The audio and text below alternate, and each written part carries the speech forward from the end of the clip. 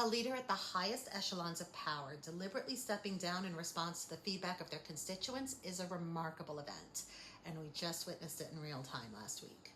I'm Mariana, a first-generation professional and certified coach helping leaders develop human-centered skills for the 21st century workplace. For this video, I'm focusing on the higher order leadership capability of intellectual humility and its nemesis overconfidence bias, and why the most successful leaders struggle with both. It's often assumed that anyone who sits at the top of a large hierarchical structure is pretty much untouchable.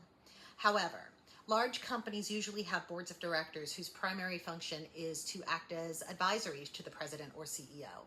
They also have voting power to initiate a leader's removal if the board loses confidence in that leader's abilities or judgment. The maneuver to oust the topmost executive is typically one of last resort, precipitated by shareholder pressure from negative public perception, loss of profitability, or the ability for the company to remain competitive in its space. The truth is, it's very rare for leaders to step down purely of their own volition. To understand why this is, we need to examine how overconfidence bias impacts the higher order leadership capability of intellectual humility. Overconfidence bias is a cognitive bias in which individuals tend to overestimate their knowledge, abilities, or the precision of their information, leading to excessive confidence in their judgments and decisions, even when there's evidence to the contrary. Intellectual humility is the recognition and acknowledgement of the limits of one's knowledge and demonstrating openness to new ideas, perspectives, and evidence by showing a willingness to revise one's own beliefs and assumptions. It involves a balanced perspective that combines confidence in one's intellectual abilities with an awareness of and respect for the cognitive limitations and insights of oneself and others.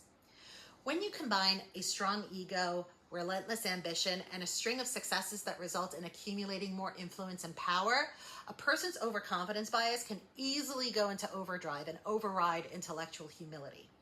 Ironically, the longer this goes unexamined through self-awareness and reflection, the more vulnerable a leader becomes to facilitating their own demise.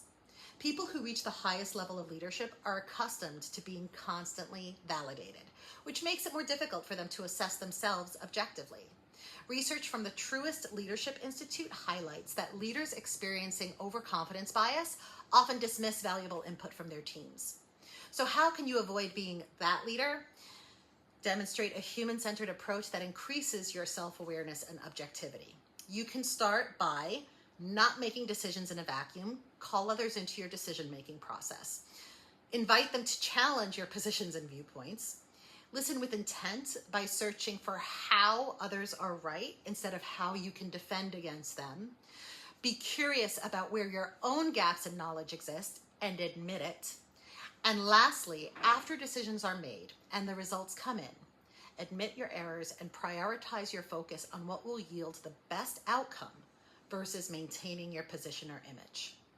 For more insights into human-centered leadership, like this post and follow for more.